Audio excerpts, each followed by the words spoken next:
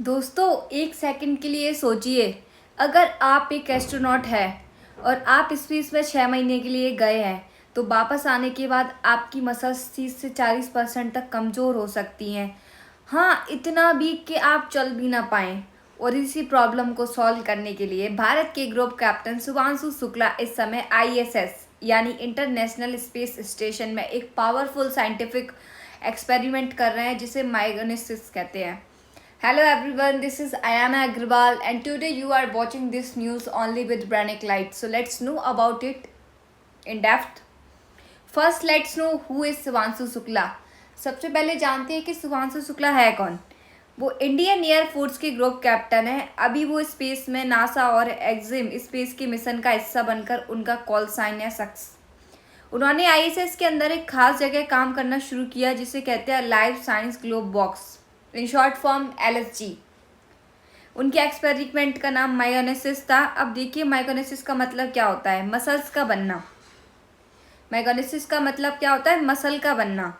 और ISS यानी कि इंटरनेशनल स्पेस स्टेशन में ग्रेविटी होती है. वो होती है माइक्रो ग्रेविटी, यानी इतनी कम ग्रेविटी कि वहाँ मसल्स का यूज़ ही नहीं होता हो.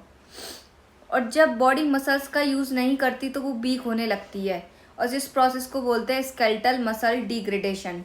देखो, डी का मतलब क्या होता है. किसी चीज़ को डिक्रीज करते हैं, इंक्रीज करते हैं. इंक्रीज यानी कि बढ़ा रहा है, डिक्रीज यानी कम कर रहे. तो डिग्रेडेशन यानी कि कम हो रही है. तो जब हमारी मसल्स का हम उपयोग ही नहीं कर रहे हैं, क्योंकि ग्रेविटी ही नहीं है, तो ग्रेविटी नहीं है तो हम स्टेबल नहीं रह पाएंगे एक प्लेस पे. तो कोई काम कैसे करेंगे प्रॉपर तरीके से. तो he is also not able to do. तो उसकी वजह से उनकी मसल्स कमज़ोर हो जाती है 30 से 40% तक. अब जानते हैं कि माइक्रो ग्रेविटी में होता क्या है. बॉडी पर कोई भार नहीं पड़ता, मसल्स टेंशन्स में नहीं रहती. धीरे धीरे मसल्स ब्रेक डाउन होने लगती है. ब्लड सर्कुलेशन भी बदल जाता है. ब्रेन में ब्लड फ्लो अलग तरीके से बिहेव करता है, क्योंकि प्रॉपर एयर नहीं मिल रही. अर्थ पर प्रॉपर एयर मिल रही है, सारी चीज़ें स्टेबल है. लेकिन हम स्पेस में देखें तो स्पेस में तो सारी चीज़ें अपने प्लेस पर नहीं है ना. तो बिकॉज ऑफ दैट. लेकिन इसका ज़मीन पर क्या फ़ायदा है ये जानते हैं. दोस्तों, ये सिर्फ एस्ट्रोनॉट के लिए नहीं, इस एक्सपेरिमेंट से जो डाटा मिलेगा उससे हमारे पर भी थेरेपीज़ बना सकते हैं. जैसे मस्कुलर डायस्थेरेपी, एक बीमारी जिसमें मसल्स धीरे धीरे काम करना बंद कर देती है. स्ट्रोक पेशेंट्स जिनके मसल्स चलने फिरने लायक नहीं रहते. एल्डरली लोगों में मसल लॉस जिसे कहते हैं सैक्रोपेनिया. तो शुक्ला सर का काम ना सिर्फ स्पेस के लिए बल्कि ह्यूमन, एल्डरली और बीमार लोगों के लिए भी एक वरदान बन सकते हैं. सॉरी, मतलब उनका काम यही नहीं है कि वो स्पेस में जाके रिसर्च कर रहे हैं या फिर पता लगा रहा है कि स्पेस की एक्टिविटी कैसी है. वो वहाँ से कुछ ऐसी चीज़ों के बारे में भी रिसर्च करके ला रहे हैं जो एल्डर लोग हैं, बूढ़े लोग हैं, उनकी मसल्स कमज़ोर हो जाती है, हड्डियाँ काम करना बंद कर देती हैं. तो इन बीमारियों का इलाज भी हम भारत के अंदर कर सकें, अपने देश के अंदर.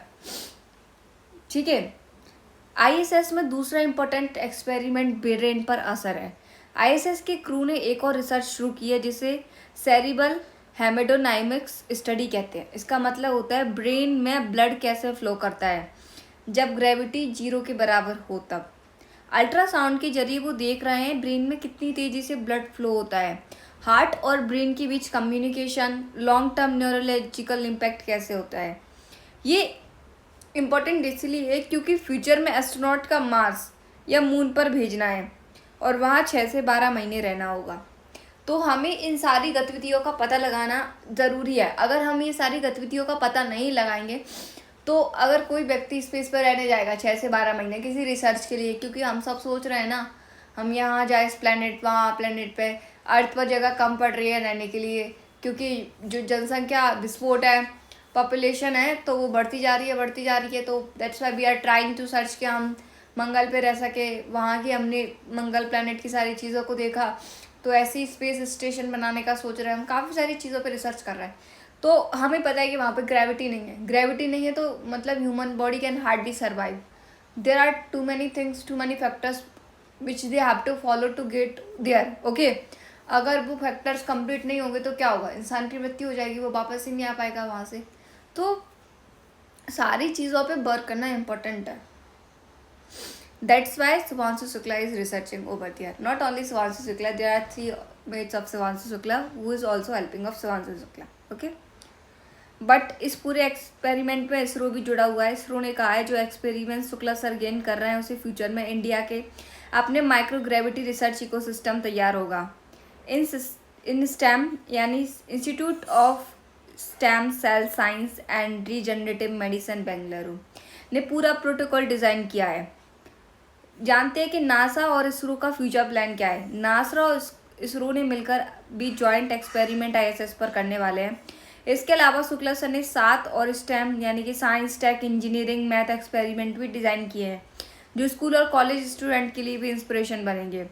इस चीज़ में ग्लोबल कोलैबोरेशन क्या है. EXIM-4 मिशन में सिर्फ भारत ही नहीं और भी देश जुड़े हैं जैसे कि Saudi Arabia, USA, Brazil, Nigeria, UAE, Poland और हंगरी.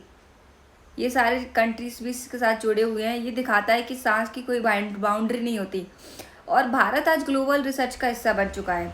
दोस्तों ये सिर्फ एक्सपेरिमेंट नहीं है, ये एक ड्रीम का प्रूफ है कि जब एक इंडियन एयरफोर्स ऑफिसर स्पेस में जाकर दुनिया की सबसे बड़ी प्रॉब्लम सॉल्व करने का काम करता है तो वो सिर्फ स्पेस ही नहीं हमारे देश की रिस्पेक्ट भी बढ़ाता है.